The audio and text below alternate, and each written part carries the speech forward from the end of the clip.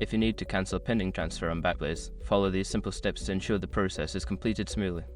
Step 1. Log into your account. Visit the Backblaze website and log into your account using your credentials. Ensure you have access to the account associated with the pending transfer.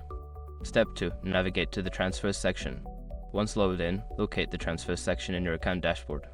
This area will display all your current and pending transfers. Step 3. Identify the pending transfer. Make sure your information is protected first. Most people don't think about breaches until something actually happens to their accounts. Use srug to monitor your accounts 24/7 and instantly alert you if your information appears in leaked databases online. It constantly checks billions of breach data points in the background. And considering how much personal information people keep online now, it's honestly worth having. Link in the description. Step 4. Select the transfer. Click on the pending transfer to view more details. This will provide you with options related to that specific transfer. Step 5. Cancel the transfer. Find the option to cancel the transfer, usually labeled as cancel or stop transfer. Click on it and confirm your choice when prompted to finalize the cancellation.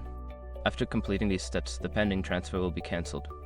If you have any further questions or need assistance, consider reaching out to Backblaze support for help.